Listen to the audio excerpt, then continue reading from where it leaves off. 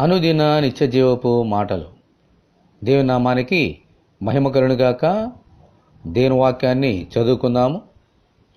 సంగీతములతోనూ కీర్తనలతోనూ ఆత్మ సంబంధమైన పద్యములతోనూ ఒకనికి ఒకడు బోధించుచు బుద్ధి చెప్పుచు కృపాసహితముగా మీ హృదయములలో దేవుని గురించి గానము చేయుచు సమస్త విధములైన జ్ఞానముతో క్రీస్తు వాక్యము మీలో సమృద్ధిగా నివసింపనీయుడి. కొలసలకు రాసిన పత్రిక 3వ అధ్యాయము 16వ వచనం. దేవుని వాక్యములో నిలిచిండువాడు దేవుని యందు యేసుక్రీస్తునందు నిలిచి ఉన్నాడు. వాక్యమే దేవుడు గదా.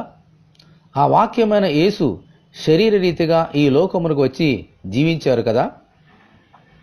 ఈ వాక్యము మనలో సమృద్ధిగా ఉండాలి అనంటే సంగీతములతో కీర్తనలతో గానములతో దేవుని ఆరాధించాలి, స్తుతించాలి.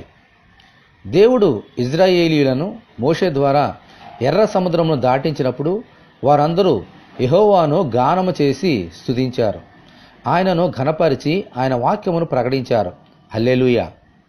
మనము కూడా ఈ గానములతో సంగీతములతో స్తోత్రములతో ఇతరులకు బోధించుచు అనేక మందిని ఆయన వద్దకు నడిపించాలి.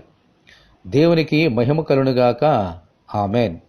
ప్రభువా, మేము కూడా మీకు సాక్షులుగా ఉంటూ అనేక మందిని మీ వద్దకు నడిపించినట్లు దయచేయమని ప్రభు అయిన యేసుక్రీస్తు ద్వారా మనమందరము దేవుని ప్రార్థన చేసుకుందాము.